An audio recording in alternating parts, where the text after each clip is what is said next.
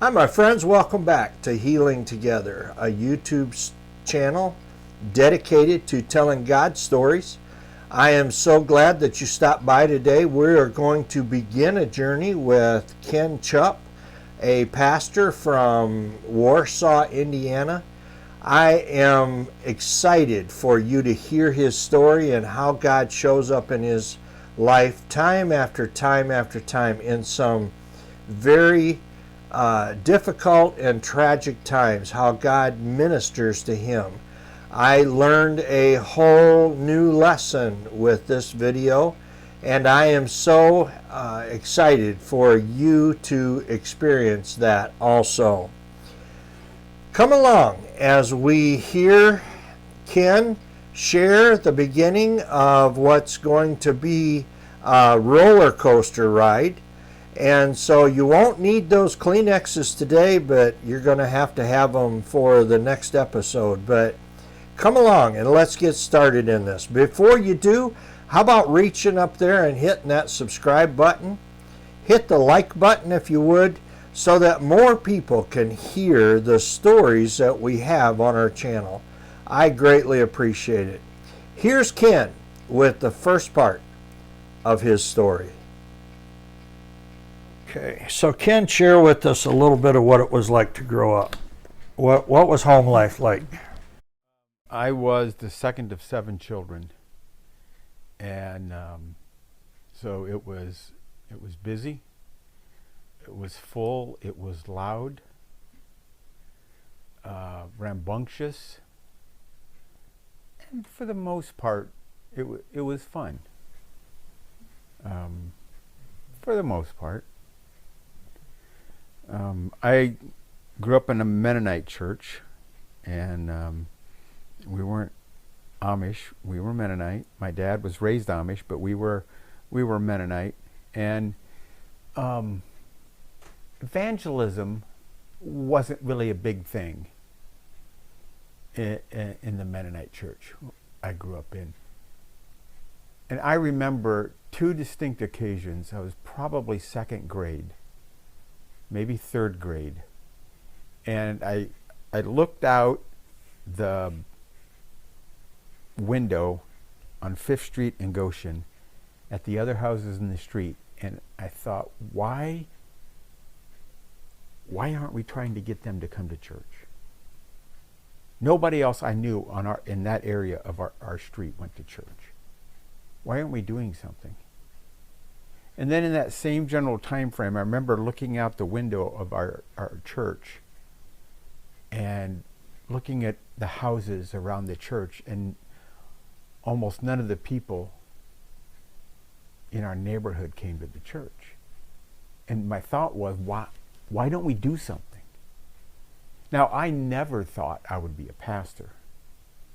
That was the last thing I thought I would ever do. In fact, I had a pastor when I was married, so I was probably 21, 22.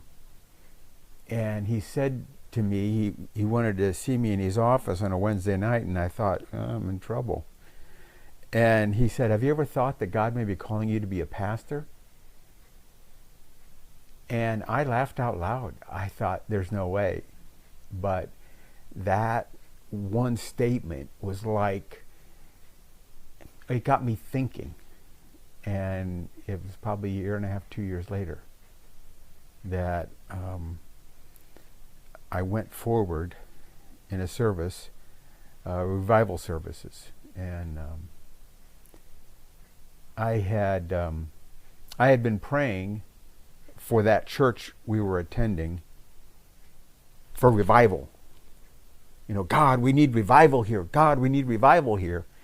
And I was praying with the pastor, and the revival services were happening, and I was praying with the evangelist and the pastor's prayer partner, because we need revival. That church needs revival. And God was saying, bing. It's like, oh. So it's me. And that began a journey. I was working in a factory, and I remember I quit my job and went to Bethel College, and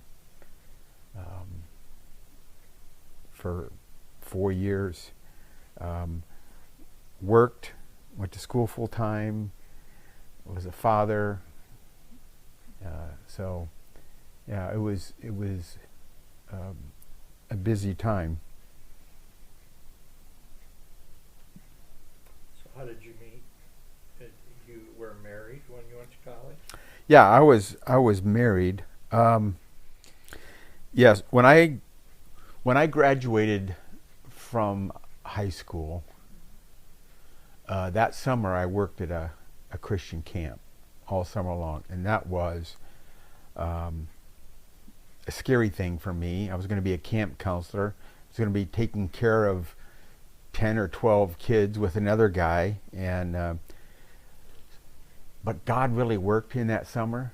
And then after that wonderful summer, my faith crashed and burned. I backslid in a huge way, and through a man who was a mentor, he also held me accountable, and he confronted me. And long story short, I was laying in bed. I was living in a house with 2 other guys, and God was working on me all day.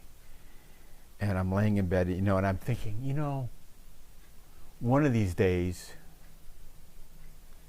I'll probably repent and give my life to the Lord. Yeah, one of these days I'll do that. And when I do, my first thought will be, why didn't you do this a long time ago? Yeah. And then I thought, well, what's wrong with right now? And so just laying there on my bed, said, Lord, you can have my life.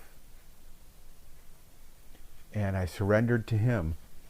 And a couple weeks after that, at church, a friend of mine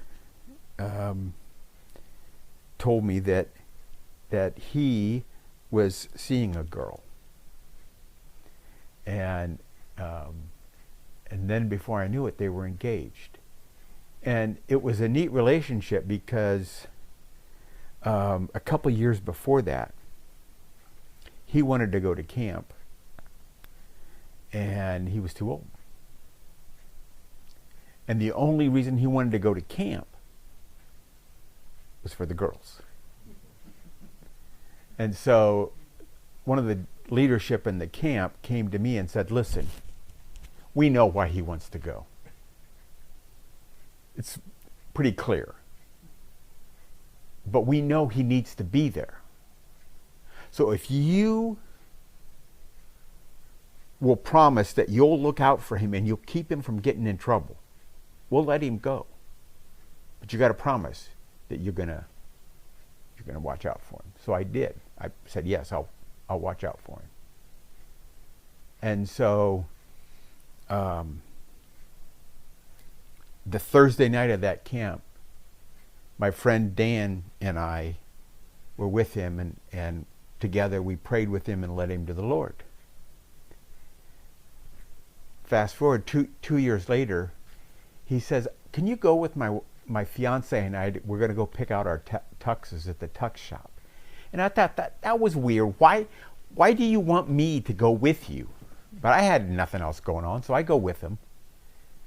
And we go to the tux shop, and they pick out the tuxes, and we're driving back, and his fiance says, hey, Ken, are you seeing anybody? And I go, oh, so this is why they had me come. No. Well, I have this friend named Diane I'd like you to meet. So we set up a date, and it ended up being, I don't know if you remember the blizzard of 78. It was supposed to be that Friday night. Oh, my goodness. And so it wasn't that night, but we met the next Sunday, and as they say, the rest is history. Christian girl. Christian girl. And we were married when we were, I think I was almost 20.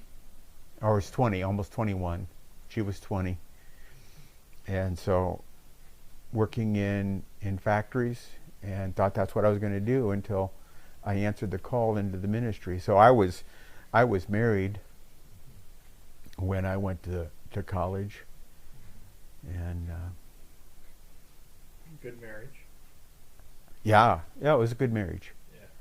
I could ask that with confidence. So. Well, I can answer with confidence Yeah, because she's yeah. not here to refute that. Oh, we know you can.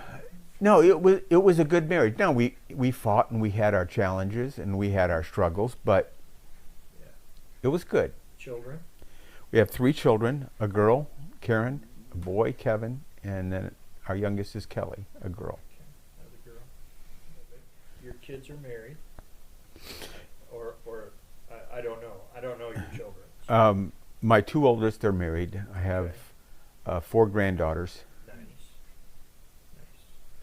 So my daughter and her family spend the school year in South Korea teaching at a Christian school.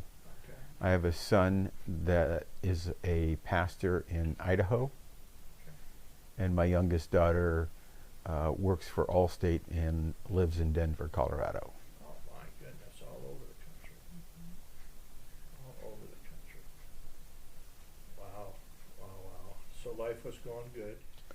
Life was good. You know, you mentioned that I worked in our district office, and then in 2003 they went through restructuring, and they came up with a brand new org chart, and my name wasn't on it. And that was really hard.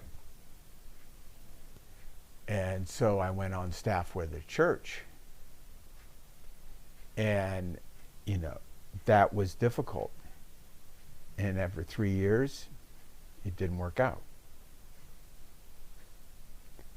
And so there were some years that even though I was involved in ministry, I still led a youth conference.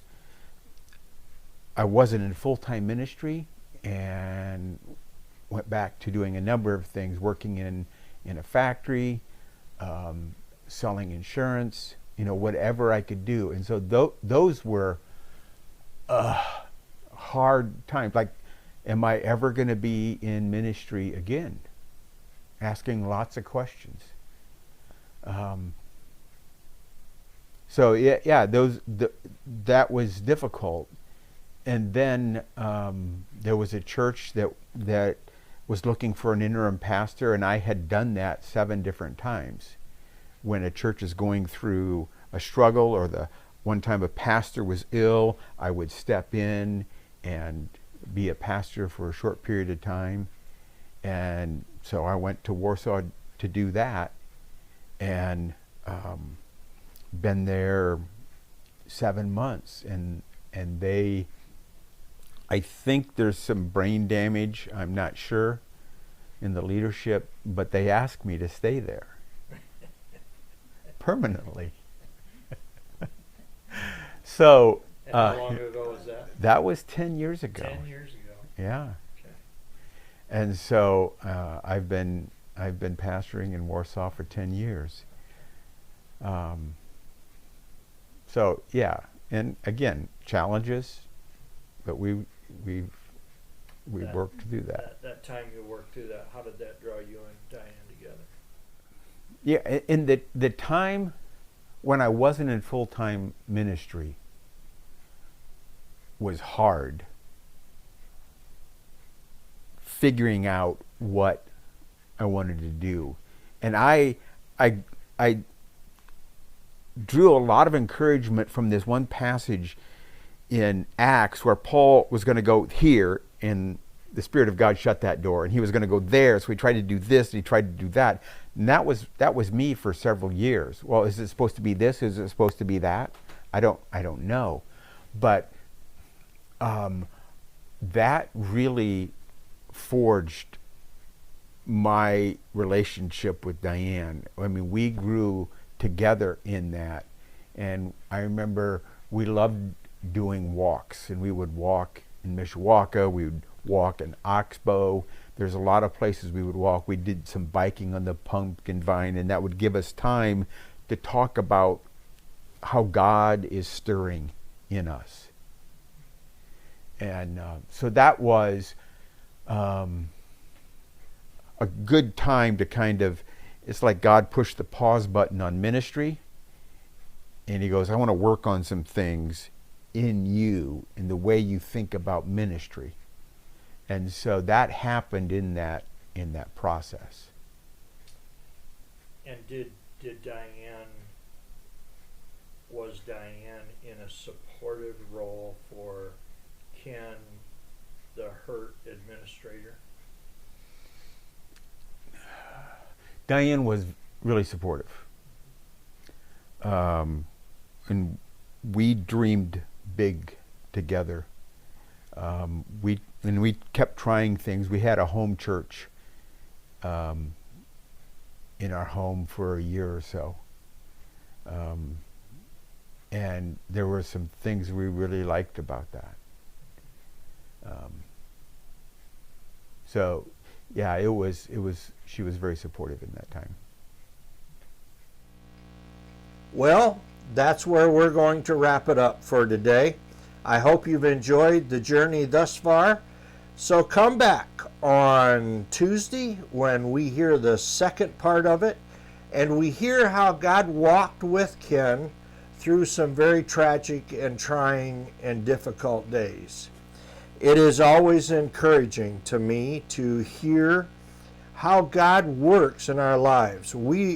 Life is never going to be fair to us, so it is always an encouragement, and I hope it is to you.